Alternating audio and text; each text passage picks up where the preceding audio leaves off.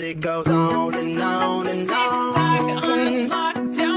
Remind me of everything tonight. Yes, I'm in the zone. I get a good feeling. Dreaming about the things that we could be.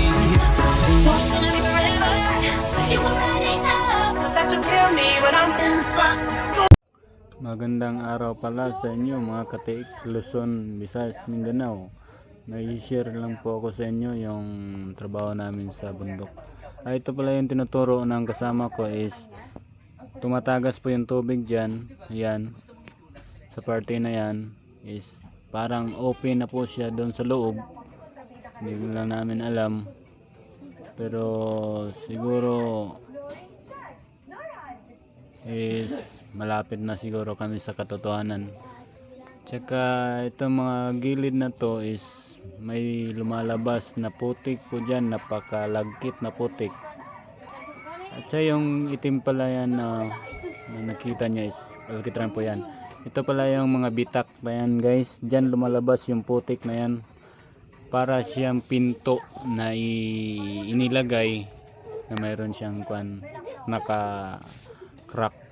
Ito pala yung may mga brown, yung mga brown na nakikita nyo guys is parang porong simento po yan guys. Ayan, porong simento yan.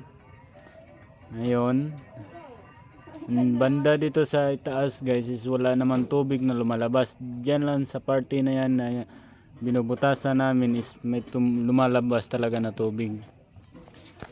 Ginawa ko pala yung video dito sa loob ng trabaho namin guys kasi hindi po pumapayag yung may-ari na iba-vlog po yung trabaho namin kasi ayaw ng may-ari na malocate yung location ng pinagtatrabahoan namin guys. Ayan lang guys, salamat sa lahat ng sumusuporta sa YouTube channel ko at God bless sa inyong lahat guys.